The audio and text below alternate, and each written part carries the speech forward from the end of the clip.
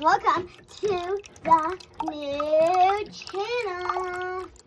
And you can learn about Jesus, friends, and family. Listen up. Listen to Benji's Box with Me, a non-fiction story. Let's get started. Benji and his friend, Benji was sitting on a mountaintop. His friend came, Benji, what do you have there? Oh, it's a treasure chest. My grandpa gave it to me. He said it's very, very special. He gave it to me like a year before he died. What's in it? Said his friend. Oh,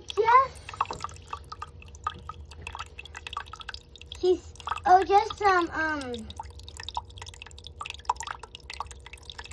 hay from a stable.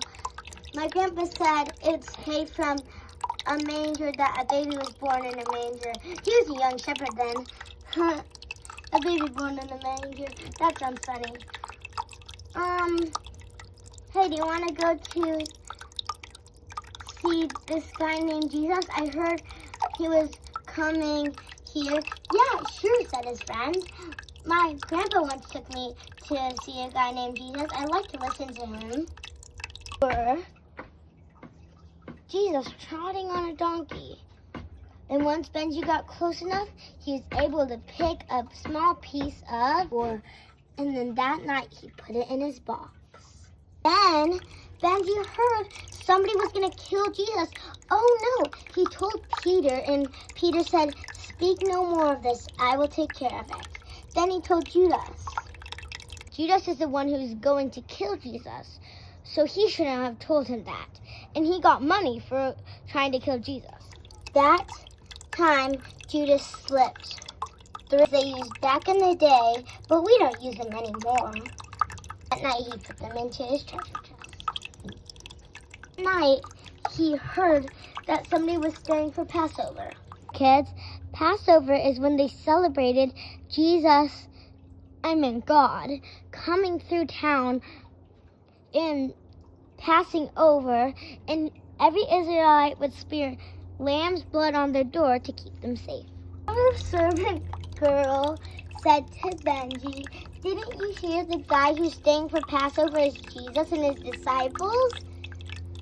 "Oh my gosh, Jesus, that's so cool." That night they came for a supper. Remember, kids, supper is what they used to call dinner. And then that night a cup broke and slipped that piece of cup into his treasure chest. That night, he followed Jesus into the Garden of Gethsemane to pray. Even though he couldn't hear Jesus, he knew he was praying. And slowly his eyes got heavy and drifted off to sleep. But he kept that memory of him and Jesus in his chest. The thing he woke up to was loud screaming and hitting and yelling. They were trying to take away Jesus.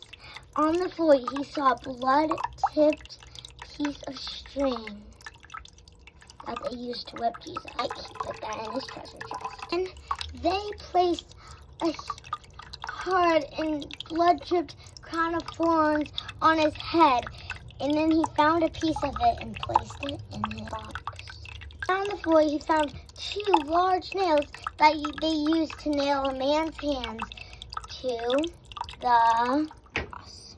Lots to decide who got the garments of Jesus. They threw dice to decide who got to of Jesus. A piece of dice on the floor, and that night he slipped it into his chest. After Jesus died, they stabbed a spear through his side.